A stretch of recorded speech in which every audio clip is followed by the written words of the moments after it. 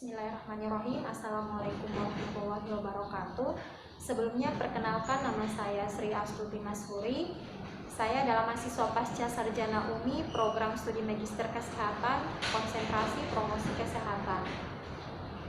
Baiklah, pada kesempatan kali ini saya akan memaparkan hasil penelitian saya yang berjudul Perilaku Pencarian Pengobatan Studi pada Pasien Suspek Tuberkulosis TB Paru di Kecamatan Bajeng, Kabupaten Goa, Sulawesi Selatan.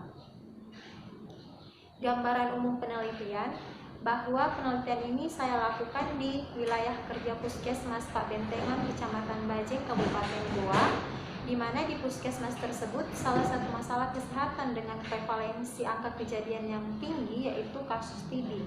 Berdasarkan data dari puskesmas sepanjang tahun 2019 itu tercatat sebanyak 274 orang dengan positif TB paru. Pengumpulan data dalam penelitian ini saya lakukan sepanjang bulan April sampai Juli 2020 dengan menggunakan teknik observation, in-depth interview, dan documentation. Untuk hasil penelitian, berhubung karena pada saat penelitian itu lokasi penelitian saya berada dalam red zone untuk pandemi COVID-19, sehingga saya tidak bisa langsung untuk turun ke lapangan. Jadi untuk pengumpulan datanya saya lakukan melalui via online, telepon, dan video call diserta dengan foto-foto sebagai dokumentasi.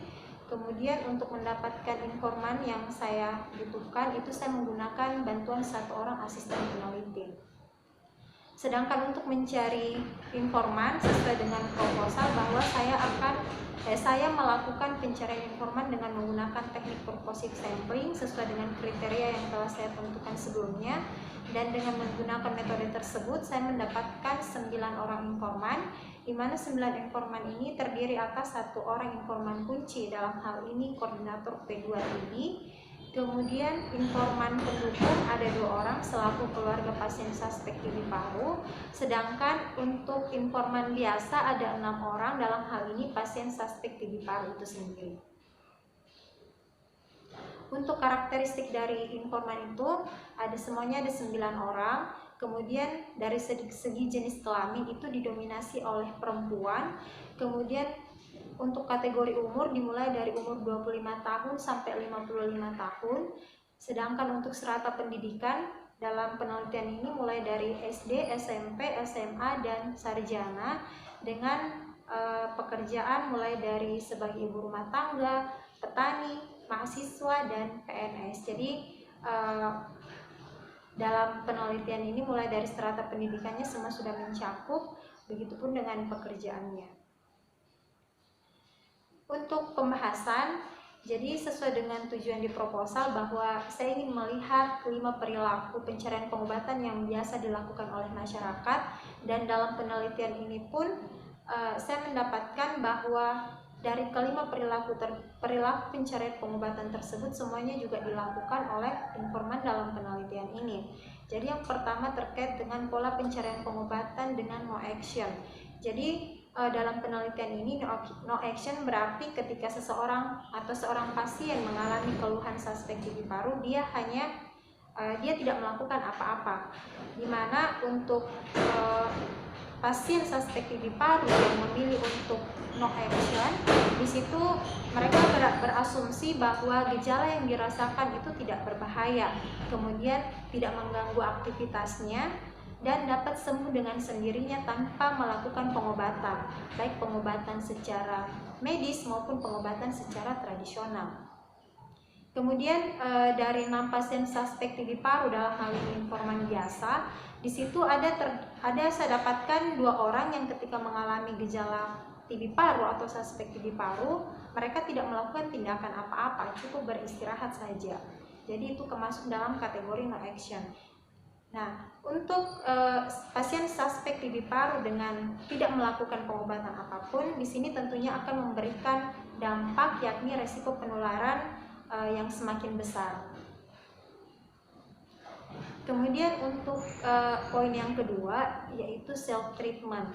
Jadi dalam hal ini pasien suspek TB paru akan melakukan pengobatan sendiri untuk mengatasi keluhan yang dialami, di mana pasien yang melakukan self treatment ini mereka beranggapan bahwa mereka sudah sadar bahwa dirinya itu sedang sakit, namun mereka merasa mampu untuk melakukan pengobatan sendiri tanpa harus ada pengobatan dari luar. Nah, dalam penelitian ini, dari 6 pasien suspek TB paru terdapat 2 orang yang ketika mengalami gejala dari suspek TB paru ini, mereka pada awalnya langsung melakukan self treatment. Adapun jenis self treatment yang biasa yang mereka lakukan dalam penelitian ini, yang pertama adalah minum air hangat, kemudian minum perasan jahe sesuai dengan yang ada pada gambar, kemudian perasan jeruk nipis, biasa mereka campur dengan madu, dan itu untuk mengatasi keluhan batuk berdahaknya. Kemudian kompres, jadi kompres ini dilakukan oleh mereka yang mengalami keluhan demam meriang. Jadi itu adalah jenis-jenis self treatment yang dilakukan dalam penelitian ini.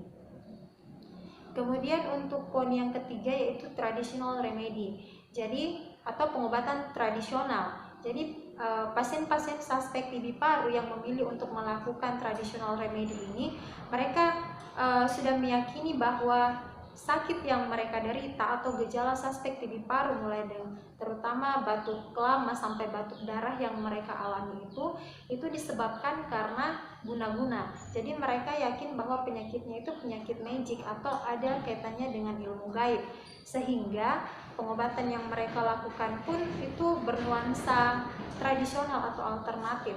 Jadi pengobatan yang mereka lakukan itu biasanya dengan menggunakan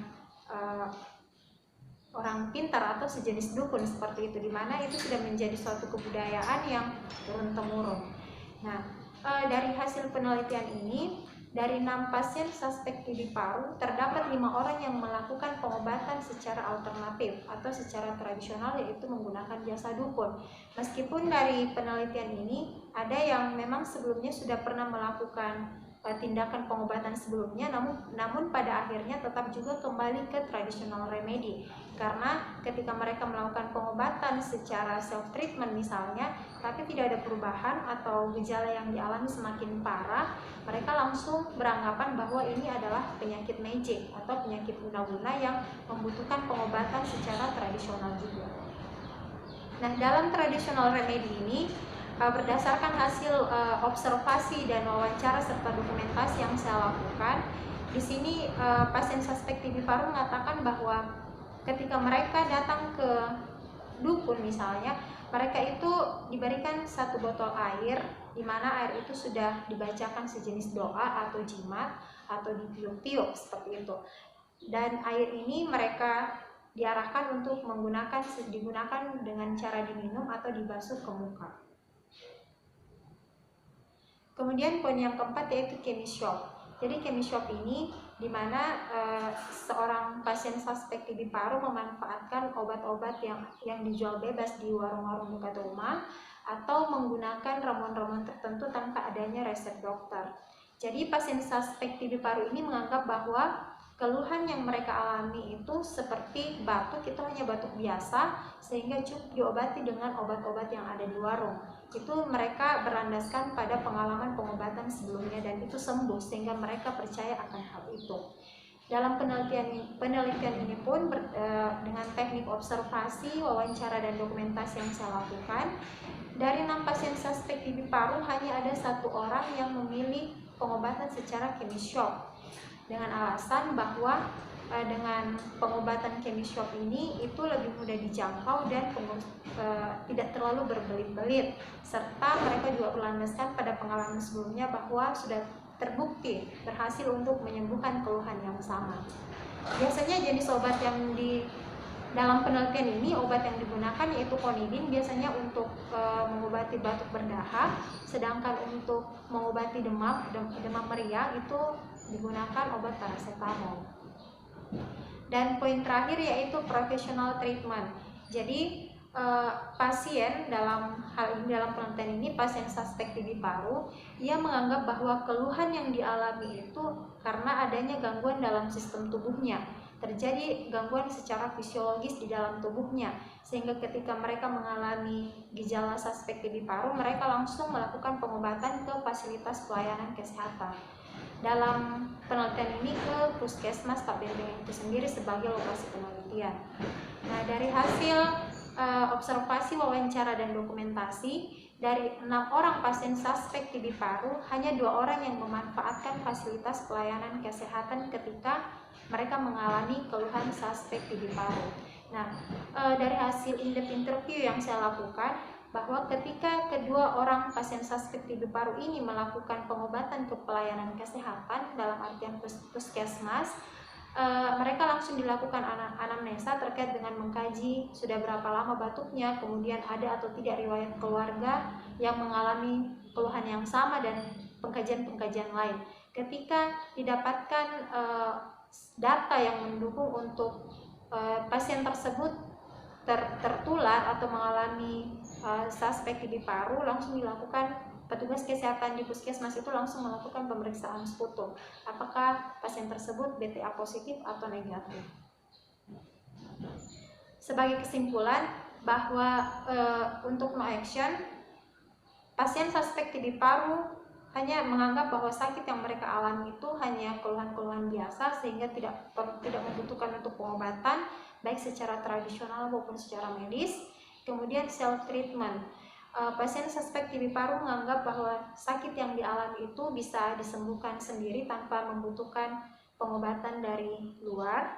Kemudian untuk traditional remedy, di mana dalam hal ini pasien suspek TB paru menyadari kalau sakit yang mereka alami itu disebabkan karena faktor guna-guna, sehingga pengobatan yang dilakukan pun secara tradisional. Kemudian untuk chemistry, pasien suspek TB paru dalam hal ini menganggap bahwa keluhan yang dialami itu hanya keluhan-keluhan biasa, sehingga cukup diobati dengan menggunakan obat-obat yang ada di warung tanpa menggunakan resep dokter.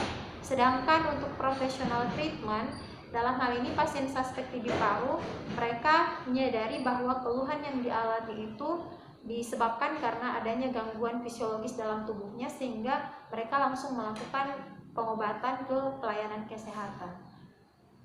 Dan sebagai saran, yang pertama bahwa memaksimalkan edukasi kesehatan, karena berdasarkan hasil observasi dan wawancara yang saya lakukan, di sini pengetahuan informan atau pasien suspek TB paru masih kurang, sehingga perlu dilakukan edukasi kesehatan dimaksimalkan. Kemudian pemanfaatan kadar-kadar kesehatan untuk membantu dalam memaksimalkan edukasi kesehatan tersebut. Dan yang terakhir adalah mitra petugas kesehatan dengan dukun, berhubung karena dalam hal ini sebagian besar pasien suspek TB paru dalam penelitian ini masih tetap mempercayai pengobatan secara alternatif. Saya kira cukup sekian presentasi dari saya, lebih dari kurangnya mohon maaf. Menyakitimu.